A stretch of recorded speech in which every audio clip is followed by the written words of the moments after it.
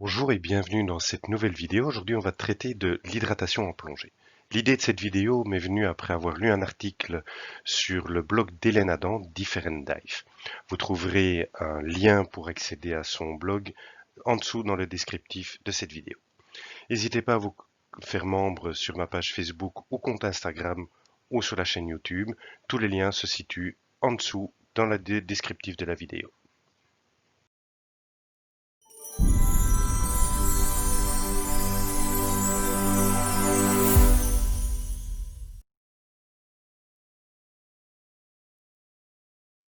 Alors, il y a une phrase qui a attiré mon attention dans l'article d'Hélène Adam, c'est 100% des accidentés sont déshydratés.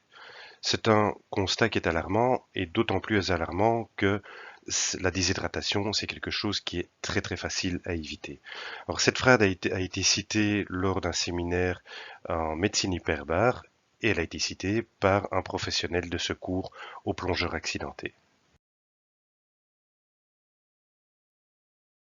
Voyons ensemble pourquoi l'hydratation est essentielle lorsque l'on pratique la plongée sous-marine.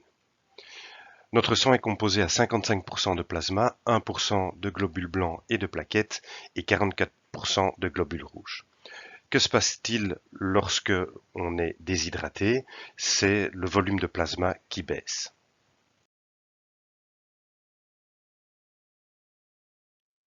Voyons ensemble ce que provoque dans notre organisme une déshydratation. Donc on vient de voir que la déshydratation fait diminuer le volume de plasma. Mais ça fait également diminuer le taux de perfusion des tissus. Cela provoque un épaississement du sang et une réduction du débit sanguin, ce qui entrave l'élimination de l'azote, qui est très important pour nous plongeurs.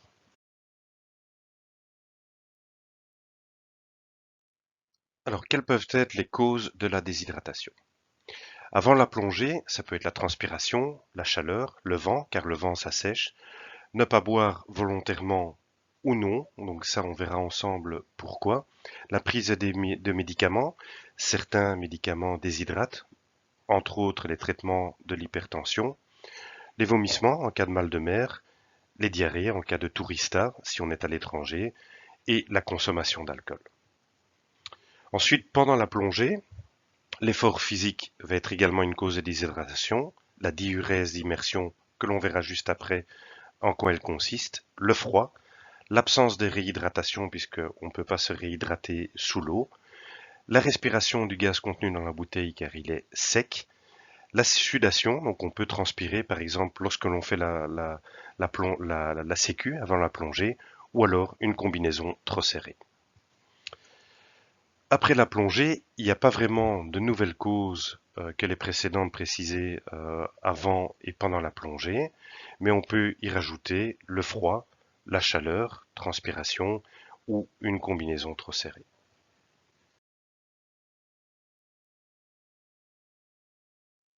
Alors voyons ce qu'est la diurèse d'immersion.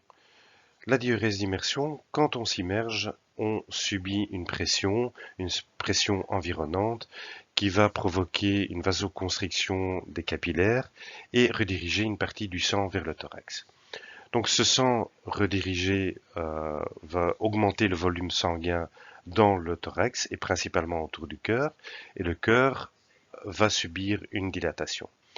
Le cœur va être perturbé par cette augmentation de volume et va envoyer un signal au cerveau. Il va être en détresse, il va dire écoutez, il y a un peu trop de liquide dans le corps. Et le cerveau va, quant à lui, envoyer un signal vers les reins pour qu'ils fonctionnent 4 à 6 fois plus rapidement pour évacuer cet excès de liquide. Alors ici, c'est vraiment une situation très résumée de la diurèse d'immersion, parce qu'il y a beaucoup d'autres paramètres qui rentrent en compte, des paramètres personnels, physiologiques ou environnementaux. Donc ici, c'est vraiment le fonctionnement de base. Une fois que les reins ont fonctionné efficacement, ont redirigé une partie du liquide vers la vessie, la situation revient à la normale. Donc la diurèse d'immersion accentue la déshydratation pendant la plongée.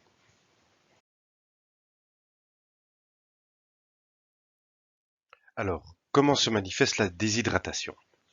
Par la soif, le fait de ne pas avoir uriné depuis longtemps, par une bouche sèche et pâteuse, par éventuellement des vertiges ou des maux de tête, mais là on est déjà dans une déshydratation sévère, par des crampes, ou alors des urines très foncées et fortement odorantes. Alors, ces signes trahissent une déshydratation et quand tous ces signes apparaissent, il est vraiment temps de boire et de se réhydrater.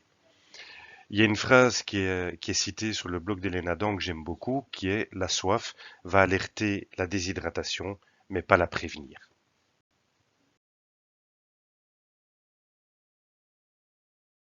Qu'est-ce qui pousse certains plongeurs à ne pas s'hydrater? On ne ressent pas tous la soif de la même manière, donc il faut se forcer à boire. Ensuite, l'oubli.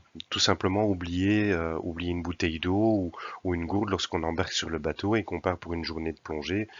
C'est également un oubli qui est très très fréquent et plus fréquent qu'on ne le pense.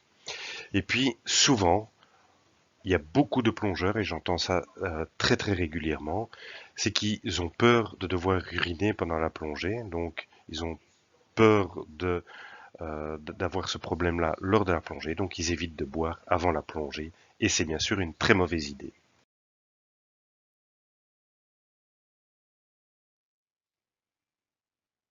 Comment peut-on prévenir la déshydratation? Prévoir sa réserve d'eau personnelle est suffisante, pas oublier sa bouteille lorsqu'on embarque par exemple, boire régulièrement et en petite quantité, boire sans soif, surtout en vacances quand il fait chaud, il vaut mieux boire des petites quantités et pas attendre d'avoir soif, privilégier les fruits frais et légumes frais qui sont des sources d'hydratation non négligeables, rester à l'ombre éventuellement quand on fait la sécu, éviter l'alcool, buvez de l'eau avant de trinquer avant les amis après la plongée, boire au moins 1 litre d'eau dans l'heure qui suit la plongée, respecter les intervalles de plongée bien sûr, et ne pas mettre sa combinaison trop tôt afin de ne pas suer de façon trop abondante pendant la sécurité ou en attendant que le reste de la palanquée soit prêt, par exemple. Arrivons à la fin de cette vidéo, donc ce qui est à retenir, c'est qu'une bonne hydratation avant la plongée va diminuer de façon significative la formation de bulles circulantes et donc par là diminuer le risque d'accident de décompression. Donc pensez à bien vous hydrater avant la plongée, c'est quelque chose de très important, d'autant plus quand on sait que la plongée en elle-même nous déshydrate. Donc j'espère que vous avez appris beaucoup de choses au cours de cette vidéo. On se retrouve très bientôt pour une nouvelle vidéo. N'hésitez pas à liker la vidéo ou vous abonner à mon compte Facebook, Instagram ou la chaîne YouTube. Vous avez tous les liens en dessous dans le descriptif. À bientôt et merci.